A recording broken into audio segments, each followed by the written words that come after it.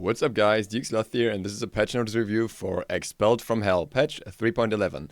A little later than usual, sorry about that, but I had to get some stuff for DreamHack done. Right, let's look at the new skins. We got Expelled Hell, this is the skin card, this is the voice pack. Let's rid them of their pathetic lives! Whoa, that's a little dark, don't you think? I really enjoy it, really like the design, really like how it's made, really cool skin in my opinion. And then we have Sun Wukong, a monk skin, elemental monk, where the transformations are all elemental animal transformations. Really cool. Check the voice pack out as well. I will punish my enemy's foolish aggression. I will punish my enemy's foolish aggression. Looks pretty grim in game. His face is really angry, but really cool skin overall. I like it. And apparently part of the season ticket, so we get it for free. Then we have Duke de Lyon and her. A little blood sport to pass the time, shall we? Really cool animations on that skin. Pretty much everything he has, like the other gentleman skins with a lot of money flying around. Sadly, the pillar is still a pillar, but, well, at least money animations for everything, right? So that's pretty cool. Then we have Squirrel Squad Ratatoskr, which is this. Whoops. You're about to witness some aviation history, baby! Honestly, it has so little changes from the original, I'm not too impressed. But, well, it's a skin, right? Mercury Tier 2. And Constable Moose Jaw Chiron. The only Canuck you'll see for kilometers. Everything about him is Canadian. I'm not sure how we will get him. I have a feeling he might be in a chest for charity for the Canadian fires that were like around recently. So yeah, that's pretty cool. And we got Susano mastery skins, which look really good in game, gotta say. Moving on. We got achievements for Aprush and Fafnir and Fenrir and whatever. We got Cutesy Amusen Cup. What have we got on the miscellaneous? We've got the escape menu getting a visual update. Not sure what that's gonna mean. Pop-up notification for when you receive a friend notification while SMITE is not in focus, which is good because then you will know if people ask you if you want to join or something like that. Coupon system for purchases. I'll just read this out. We will starting a beta run of a new coupon system where we we have been working on. Sorry. Starting this patch, certain purchases will trigger a bonus coupons for users, which they can immediately redeem to gain a discount or bonus on the next purchase. Example, in this patch, users who buy Infiltrator Loki skin and do not own the voice pack or Loki will receive a 50% discount for the voice pack if they choose to redeem it. This is kinda interesting because I feel it might be working with other sales, like in combination later on. So let's see if this will be good or just whatever. With that, down to the juicy bit, the balance changes, which I'm focused on as usual. Bloodforge, reduce movement speed from 20% to 10% when the blood shield is active. I don't think that Bloodforge was necessarily overperforming. I haven't actually seen it all that much on higher levels of play.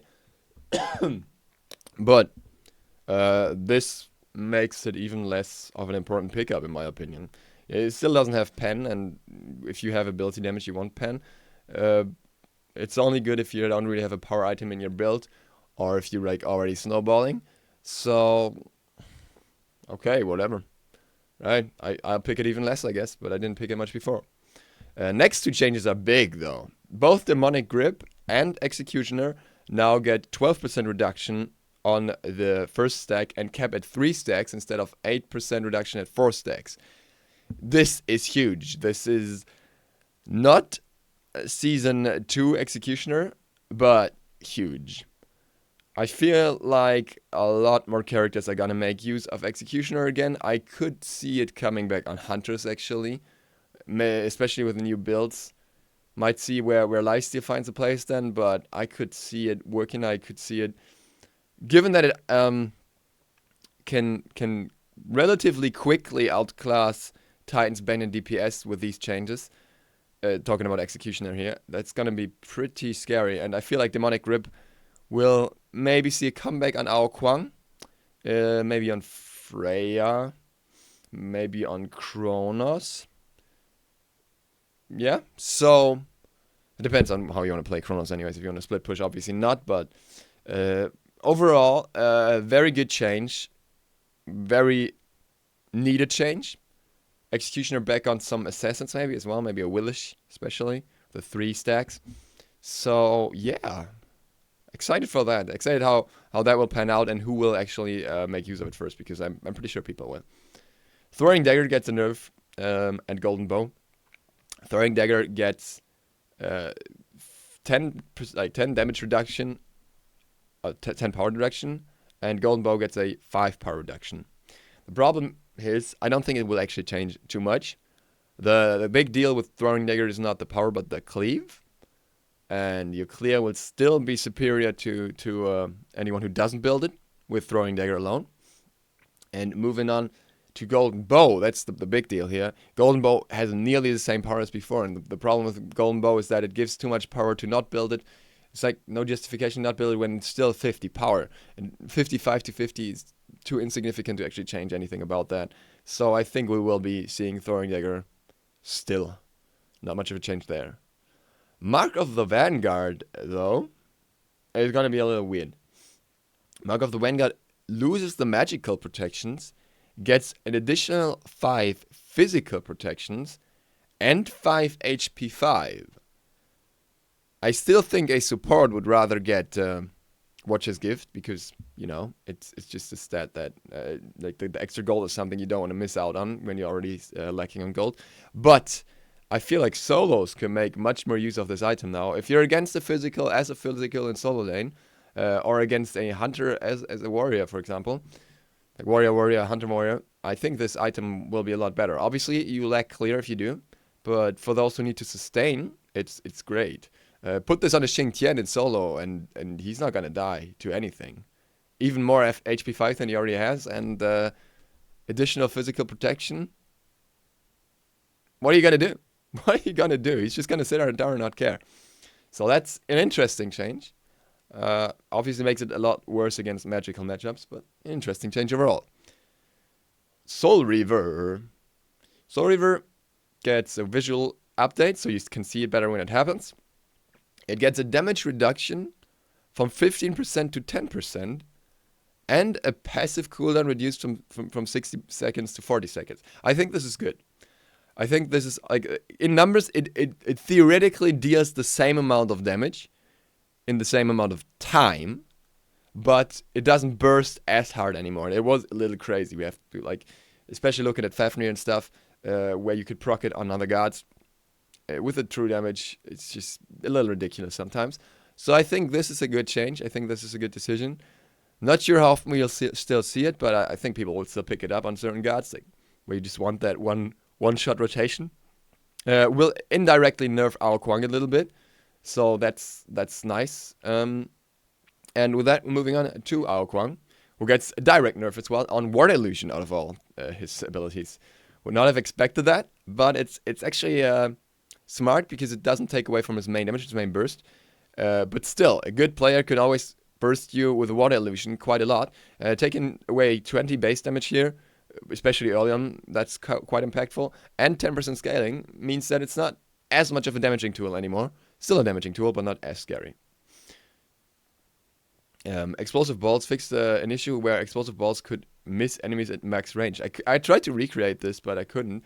Not sure if it was actually already in the patch before, but yeah, it seems to, well, it's fixed either way now.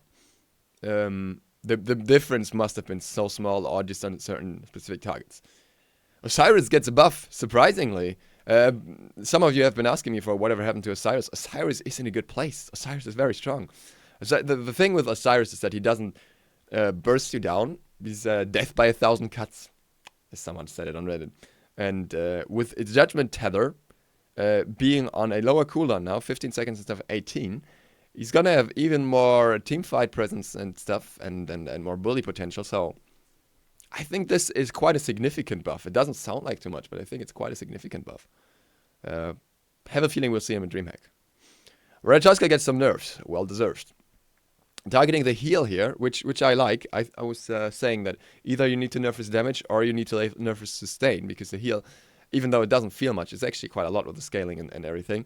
So the base heal reduced from 20 to 15, and the scaling reduced from 40% to 30%. So very good change in my opinion. I really like that. Really good choice there. Then the hitbox of the acorns were too large. Or was too large, which I felt is has been odd. Like, it was really easy to confirm them.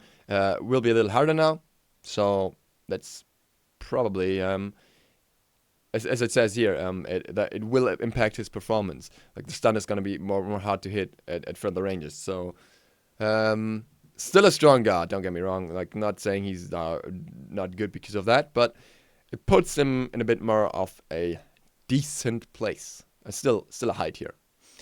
And with that, talking about high tier, we move into Susano.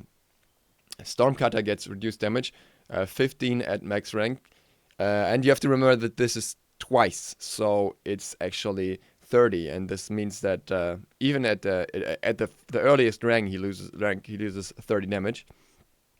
And the dash speed is reduced, so that's something to keep in mind. So he's not going to get out as easy because the dash was really quick. Was like Amaterasu levels quick. And Jetstream gets the reduction reduced. So the reduction now is 8 seconds, like down to 8 seconds instead of 6 seconds. Good. He had the crazy mobility, that was one of the biggest problems. And he had crazy damage in the Stormcutter, that was one of the biggest problems. So still strong, but not as overwhelming. Might actually lose like his very, very high tier position due to this. I think his nerfs will hit him a little harder than Ratatoskr's nerfs hit him, but still a good guard. No doubt about that. So yeah, that's an interesting change, interesting approach. So we have 3 of the top performing junglers getting nerfed down a little bit, and one of the not so well performing junglers, Thanatos, gets a little buff. The scaling of Soul Rip increased from 60% to 70%. Meaning it is a little stronger late game, but then again, his late game is not really that great. Just the scalings. Like, you don't want scaling abilities late game, you want basic attacks late game, and he doesn't have that much. So, yeah, I don't think it does much for him, honestly. Too insignificant to do much. And now, for my most confusing change on this patch, Ymir gets a buff. Ymir, gets a buff with that doesn't affect him directly, but affects the enemies that he targets. Enemies afflicted by frostbite now deal 10% less damage to all targets. That's quite a lot. 10% can be very game changing. So not sure why that was needed. Honestly, I feel like Ymir was in a good place, but so be it. It's not gonna break him, I think. Hopefully, don't want to see too much of Ymir. Yeah. What I'm missing in this patch is mages. We've got good changes to the assassins here. Very good changes. I as a jungle main have to say, like, the jungle guards, the overperforming jungle guards get targeted here. A lot of them at least. And that is a good change. That is always a good change. Bring some balance back in. But not sure why we don't do the same thing for the mages. Yes, so Reaver was targeted, obviously. But what about Scylla? What about Ragin? They are way too easy and unpunishing to play at the moment and to do well across all stages of the game. And I think they should see some nerfs. With that, thank you guys for watching. I hope you enjoyed this. Duke Sloth out. And from tomorrow on, I will not be here anymore. I will be at DreamHack, so my videos will be coming out, but I won't be able to answer you. And I will be back next Wednesday evening, so Thursday, basically. Goodbye.